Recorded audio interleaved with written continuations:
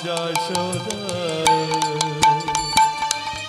কাহার সাজায় মা যশোদা শ্রীদান বসুদান ওই না শ্রীরাম বসুদা ওই না কাহার সাজায় নন্দ পিতা নিজে সাজে বলরাম ওই না কাহারে সাজায় নন্দ পিতা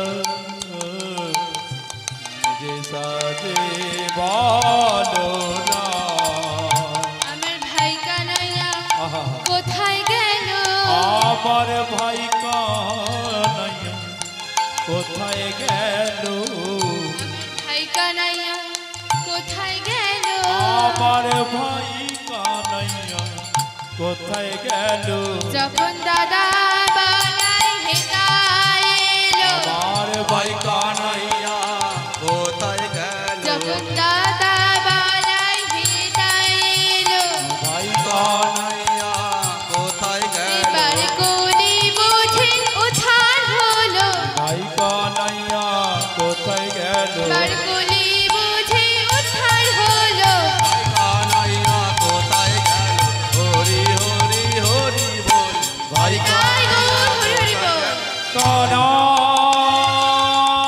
কানাই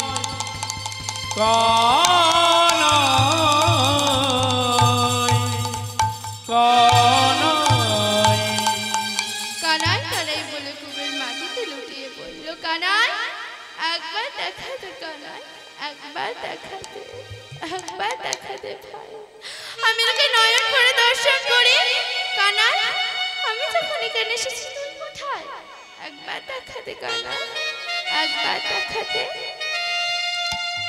কানাই কানাই বলে কুবের মাটিতে লুটিয়ে পড়লো এই দৃশ্য দেখে শঙ্করান পরিচ্ছন্ন উঠলেন তিনি ভাবলেন এই তো আমি তারপরেই দাদা বলরামকে পেয়ে গেছি এই তো গুরুদেব যা যা বলেছে তাই তাই তো মিলে যাচ্ছে নিজে লক্ষণ সেজেছে আবার নিজে দাপরে লীলা খেলছে নিজে বলরাম সেজে কানাই কানাই ধুলে ধুলায় গড়াগড়ি খাচ্ছে এই তো আমি দাপরে দাদা বলরামকে পেয়ে গেছি যেমন করে হোক এই ছোট্ট সন্তানকে আমার গুরুদেবের চরণে নিয়ে যেতে হবে আর আমার গুরুদেব এই ছোট্ট সন্তানটিকে সারা বিশ্বের মঙ্গলের জন্য দান করে দেবে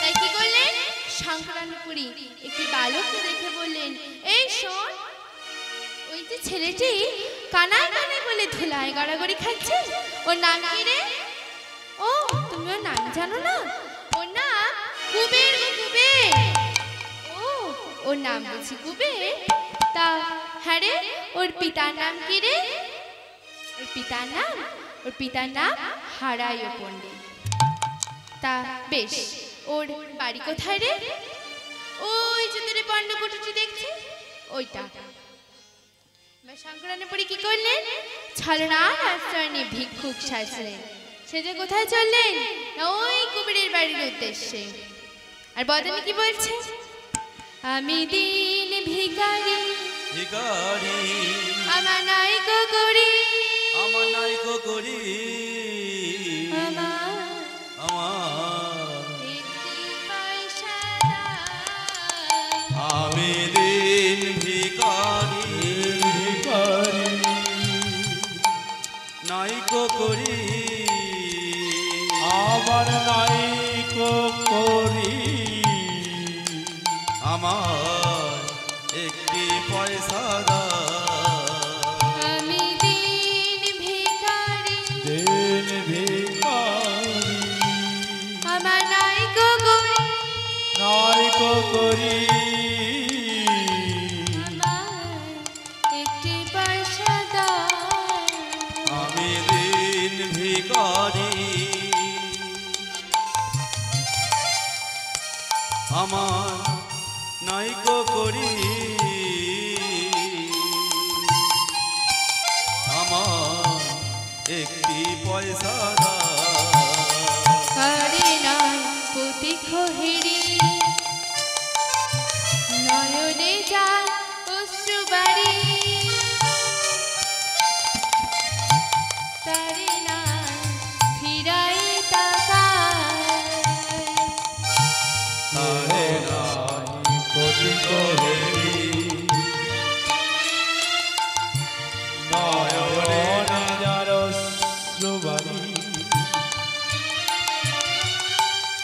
के हो नहीं तेराए तक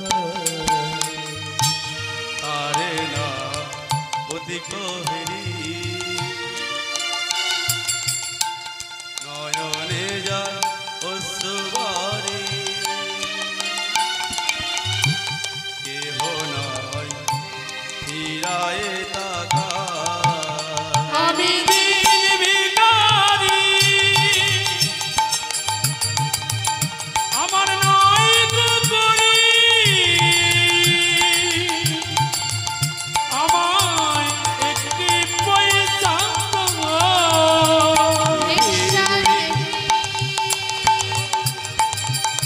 আমারে নাইকো করি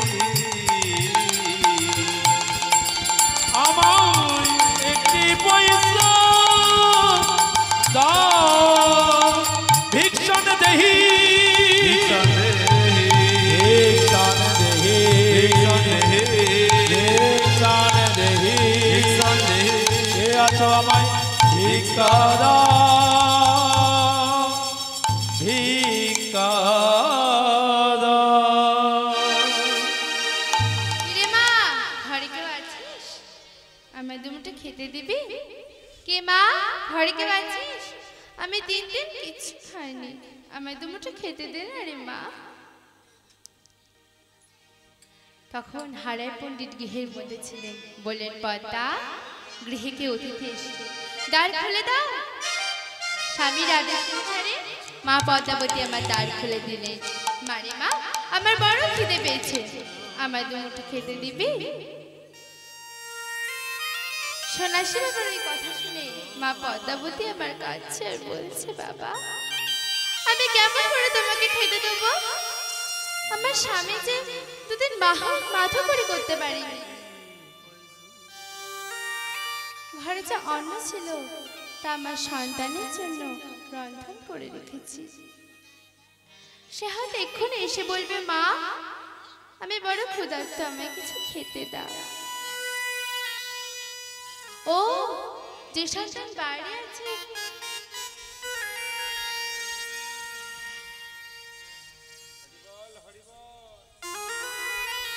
ও যে সন্তান বাইরে আছে তুই তার জন্য চিন্তা করছিস আর আমি যে তোকে মা বলে ডাকলাম তাহলে আমি কি তোর সন্তান নই বল না আমি কি তোর সন্তান নই হারায় পণ্ডিত বললেন পদ্মা অতিথি নারায়ণের স্বরূপ যা আছে তাই দিয়ে দাও স্বামীর কথা শুনে মা পদ্মাবতী আমার সন্ন্যাসী বাবাকে ভেতরে নিয়ে এলেন এবং চরণ ধুয়ে দিলেন এবং সেবা দিলেন এবার সেবা করে সন্ন্যাসী বাবা আমার পালকের উপরে উঠে বসে বিশ্রাম নিচ্ছেন এমন সময় তিনি লক্ষ্য করলেন একটি পদ্মফুল যেন এসে তার চরণে পড়ল সন্ন্যাসী বাবা চমকে উঠলেন কে আমার চরণে আত্মসমর্পণ করলি তখন কুবের বলে উঠলেন খুঁজে খুঁজে তোমায় আমি পেলাম দেখা হলাম সারা খুঁজে খুঁজে তোমায় আমি পেলাম দেখা হলাম সারা তোমায় আমি পেলাম দেখা হলাম সারা খুঁজে খুঁজে তোমায় আমি পেলাম দেখা হলাম সারা তুমি প্রভু আমার প্রভু প্রভু তুমি প্রভু আমার প্রভু তুমি প্রভু আমার প্রভু তুমি প্রভু আমার প্রভু খুঁজে খুঁজে তোমায় আমি পেলাম দেখা হলাম সারা খুঁজে খুঁজে তোমায় আমি পেলাম দেখা হলাম সারা সন্ন্যাসী বাবা বুঝে নিলেন যে আমার কাছে আত্মসমর্পণ করে বলছে আমাকে এখান থেকে নিয়ে চলুন। সন্ন্যাসী বাবা বলে উঠলেন, শোন কবির, যেমন করে হোক তোকে আমি এখান থেকে নিয়ে যাব। এইভাবে একদিন যায়, দুদিন যায়, সন্ন্যাসী বাবা কুবেরের গৃহে থাকলেন। দেখুন না, সন্ন্যাসীদের কিন্তু ধর্ম নয় কোনো গৃহস্থের বাড়িতে থাকা, কিন্তু আজ সংগ্রামপুরী সন্ন্যাসী হয়ে গৃহস্থের বাড়িতে থাকতে বাধ্য হলেন, কারণ গুরুদেবের আদেশ অনুসারে আর সারা বিশ্বের মঙ্গলের জন্য। সেদিন সংগ্রামপুরী হারায় পণ্ডিতের গৃহে না থেকে কুবেরকে যদি না নিয়ে আসতেন, তাহলে কি আমরা নিত্যানন্দ প্রভুকে পেতাম না। তাই সংক্রান্তপুরী সারা বিশ্বের মঙ্গলের জন্য আজ হারায় পণ্ডিতের গৃহে থাকলেন। এভাবে একদিন যায়, দুদিন যায়। একদিন রাত্রিবেলা কুবের সে জিজ্ঞাসা করছে, সন্ন্যাসী বাবা তুমি কবে চলে যাবে গো? আমি আগামী দিন চলে যাব। আচ্ছা সন্ন্যাসী বাবা, তুমি যাওয়ার আগে আমাদের একটি কৃষ্ণ ভজন শোনাবে না? ও তোরা শুনবি? হ্যাঁ শুনবো। দাঁড়া সন্ন্যাসী বাবা, আমি আগে বাবা মাকে ডেকে নিয়ে আসি। এইবার যখন সবাই এসে বসেছে, তখন সন্ন্যাসী বাবা ভজন শুরু করলেন। তোমরা ভজ রাধা কৃষ্ণ গোপাল কৃষ্ণ, কৃষ্ণ কৃষ্ণ বল মুখে, কৃষ্ণ কৃষ্ণ বল মুখে। রাধা কৃষ্ণ সকলে বাহু তোলেন, বাহু তোলেন দেখি। গোপাল কৃষ্ণ, কৃষ্ণ কৃষ্ণ বল মুখে, কৃষ্ণ কৃষ্ণ বল মুখে। তোমরা ভজ রাধা কৃষ্ণ গোপাল কৃষ্ণ, কৃষ্ণ কৃষ্ণ বল মুখে, কৃষ্ণ কৃষ্ণ বল মুখে। তোমরা ভজ রাধা কৃষ্ণ গোপাল কৃষ্ণ, কৃষ্ণ কৃষ্ণ বল মুখে, কৃষ্ণ কৃষ্ণ বল মুখে। ও সন্ন্যাসী বাবা, এই নাম করলে কি হয় গো? নামে মুখ ভরে যায়, অভাব মেটায়। নামে মুখ ভরে যায়, অভাব মেটায়। নামে বুক ভরে যায়, অভাব মেটায়। নামে মুখ ভরে যায়, অভাব মেটায়। সবাক জাগায় মহা সুখে দুঃখে। নামে রাধা কৃষ্ণ গোপাল কৃষ্ণ, কৃষ্ণ কৃষ্ণ বল মুখে, কৃষ্ণ কৃষ্ণ বল মুখে। কেন সন্ন্যাসী বাবা? এই নাম করলে না আমার বাবা মামার পক্ষে। কেন রে? জানিস এই হরিকে? হরিদিন বন্ধু, চিরদিনের বন্ধু। হরিদিন বন্ধু, চিরদিনের বন্ধু। হরিদিন বন্ধু, চিরদিনের বন্ধু। হরিদিন বন্ধু, চিরদিনের বন্ধু। জীবের লাগিয়া সুখে দুঃখে। জীবের লাগিয়া সুখে দুঃখে। জীবের লাগিয়া সুখে দুঃখে। জীবের লাগিয়া সুখে দুঃখে। একবার ভজনার বিন্দু, চরণার বিন্দু। ভজরে অন্ত, চরণার বিন্দু। ও ভজ গৌরাঙ্গ, চরণার বিন্দু। একবার ভজরে অন্ত, চরণার বিন্দু। সংসার মায়া রাধা গোবিন্দ। সংসার মায়ায় অন্ত, রাধা গোবিন্দ। খুশি তর এ মায়া বিপাকে। তোমরা ভজ রাধা কৃষ্ণ বাহু তোলে। গোপাল কৃষ্ণ, কৃষ্ণ কৃষ্ণ বল মুখে, কৃষ্ণ কৃষ্ণ বল মুখে, নিতাই গৌর প্রেমানন্দ হরি হরি বল। মুখে, কৃষ্ণ কৃষ্ণ বল মুখে। এইভাবে সন্ন্যাসী বাবা ভজন শোনালেন। এবার পরের দিন সকালবেলা সন্ন্যাসী বাবা বলে উঠলেন, কই রে মা, তোরা আমাকে ভোজন করালি, তা ভোজন স্বরূপ কিছু দক্ষিণা দিবি না? মা পদ্মাবতী বলে উঠলেন, সন্ন্যাসী বাবা, আমরা তোমায় কি দক্ষিণা দেবো? আমাদের কাছে তো তেমন কিছু নাই, আমরা তোমাকে কি দক্ষিণা দেবো? আচ্ছা মা, এবার বলে রাখি, আপনারা যদি কোনোদিন কোনো ব্রাহ্মণ, সন্ন্যাসী বা বৈষ্ণবকে সেবা দেন, তাহলে সেবা ভোজন স্বরূপ কিছু দক্ষিণা দেবেন। তাকে ভোজনের পর কিছু দক্ষিণা দেবেন, কারণ আপনি তাকে ভোজন করিয়ে যে পুণ্য সঞ্চয় করবেন, তাকে কিছু দক্ষিণা না দিলে সেই পুণ্য সঞ্চয় করা হয় না।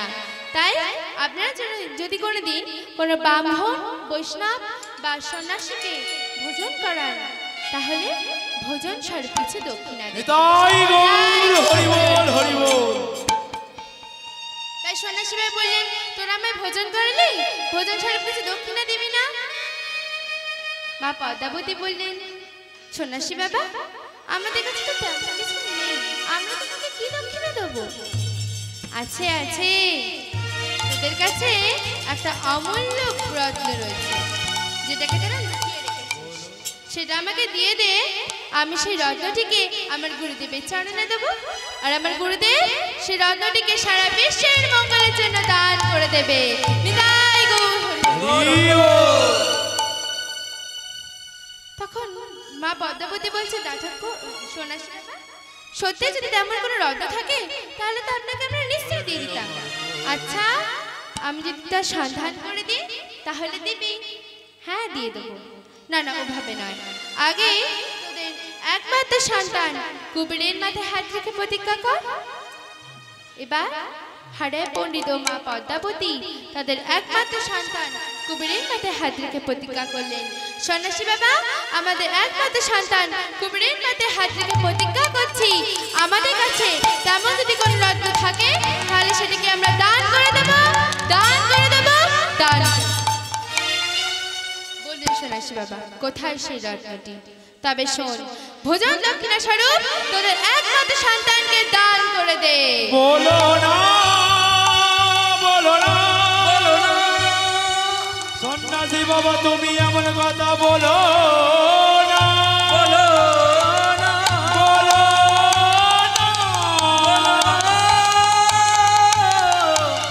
বলো না। না, আমার কথা হতে পারে না, এটা হতে পারে না। আমাদের সন্তান কুবেরকে আমরা কি করে দেবো? আমাদের সন্তানকে আমরা দিতে পারবো না।